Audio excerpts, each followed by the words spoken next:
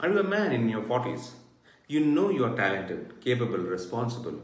You have achieved a lot of things, but still, you feel like you're not reaching your full potential. There is this constant internal dialogue. What have I achieved? Versus what I should have achieved by now. And somewhere between these two voices, you feel stuck. You're not failing, you're not collapsing. Life is moving, but it feels like autopilot. If life looks fine from the outside, but something feels missing inside, this video is for you. Now let's look at the core problem. Here's what's happening. Most men in their 40s followed a success blueprint. Study hard, work hard, be responsible, provide, climb up the ladder, and it worked. But now life has changed. You have aging parents, teenage children or preteens, bigger financial commitments, competition from younger colleagues, rapid technological changes. Your responsibilities have increased, but your blueprint, that did not evolve. And when the old blueprint stops working, something strange starts to happen. You feel identity stagnation. You used to feel unbeatable before, but now you are vulnerable. You used to feel confident earlier, but now you feel anxious. There is a gap between who you thought you would become and who you feel you are right now. That gap is known in psychology as cognitive dissonance, and it shows up. It shows up as anxiety, lack of motivation, emotional exhaustion. You function daily, but internally you feel hollow. Add to this the life stage factors like andropause, hormonal shifts, and what research calls the U curve of happiness. What you are going through is not random. It is not something applicable only to you. It's a natural and well known transition phase. But you know what makes the situation worse? The lone wolf mentality. Men are culturally conditioned to suffer in silence. So instead of sharing and learning if any other man is going through the same thing, you isolate. And what is supposed to be a normal, natural transition becomes an existential crisis.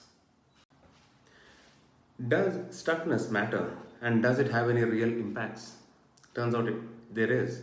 Because when stuckness is ignored, it escalates. It impacts physically, impacts families, impacts economically, and impacts the future too. Let's look at each one separately. First one is physical impact. There is something well-researched concept called as functional freeze. You are active but internally shut down. Over time, hopelessness increases. Authenticity decreases, cortisol levels remain elevated, which increases the risk of heart disease and hypertension. What are the family impacts? A stuck man doesn't suffer alone. Frustration becomes irritability or emotional withdrawal, and sometimes we snap at our kids for no fault of theirs. That imprint they carry forward and into their lives. Economic impact. Feeling trapped leads to impulsive decisions. Quitting jobs without a plan, risky investments, jeopardizing years of hard work.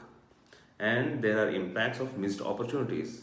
Stuckness is not just a problem, it's a signal for transition.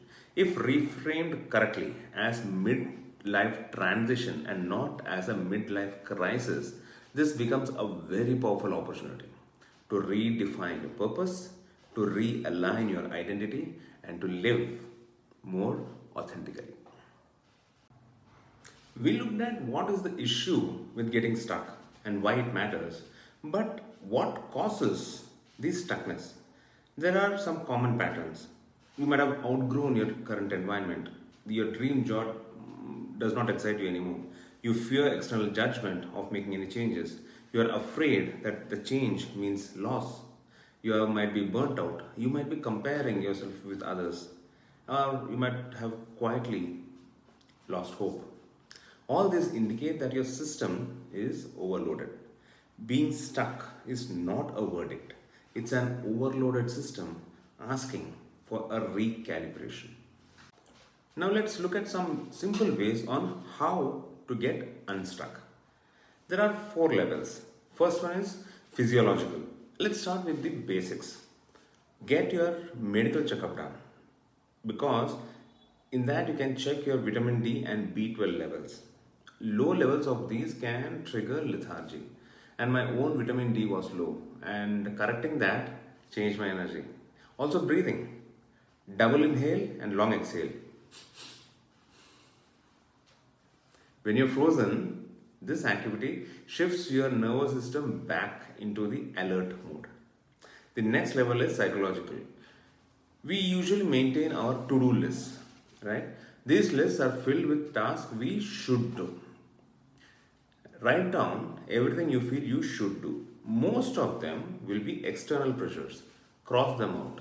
Now ask, what do I want to do that has zero productive value? And that will give you a chance to reclaim something that you love. Also, learn something new where you are a beginner. Beginner energy breaks the stagnation.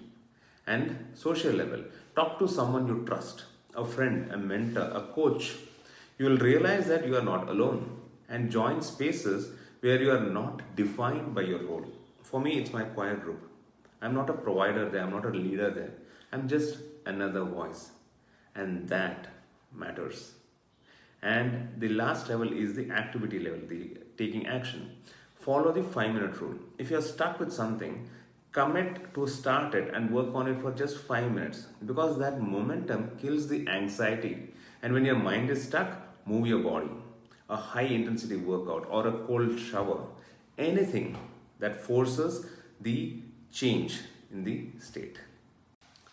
In my work with men, I've seen this repeatedly. Stuckness is rarely about failure. It's about going through this transition without a structure.